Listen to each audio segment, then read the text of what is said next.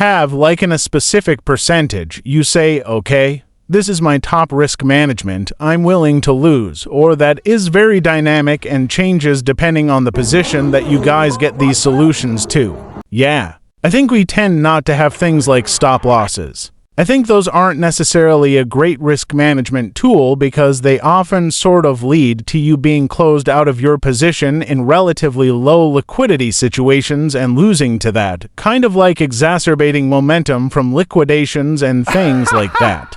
Yeah, we definitely have sort of risk limits, though, where for any given position we're going to put on, we'll think about what's the size of our overall book, what's the size of the market cap of this coin, what's kind of like the max risk we want to take on this position. And then on that same line, and this is a very discussed topic, like it happens a lot, it's not just about the stop loss or any sort of like risk management, but then there's the other side of the coin where you need to decide where not to be that greedy. And a lot of people tend to have like a half a shoes on, okay? How do I get out of this position? When is actually enough? Do you guys have any sort of parameters or percentages that you say, okay, we have the profit we're looking at, we're going to get out and take profit, or that is also a very dynamic thing, and it happens, it depends on what the position is going through. Yeah, I think it is very dynamic, and I think we try not to get to anchored too.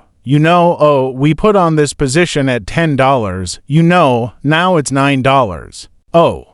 Well, I don't want to close out at a loss, or conversely like, oh, it's up to $12, it's time to close out or something like that. I think we tend to think about it more in terms of like, well, let's just kind of keep reevaluating the position. Let's say like it's $9. Do I still want to be long? Do I want to be longer? Do I want to be shorter? Like what new information have I gotten? What's changed? You know, things like that. Yeah, I think probably one of the mistakes, and you kind of learn about this over time, is that people tend to fix things like I just want a 10%. But whether or not that 10% you got to get out, it depends on how you say it about the data you get. Maybe you find new probabilities, new data that says, this is not a 10%, this is a 25%, so we should keep going. But I think people a lot overall, this is one of the messages we want to get to our community.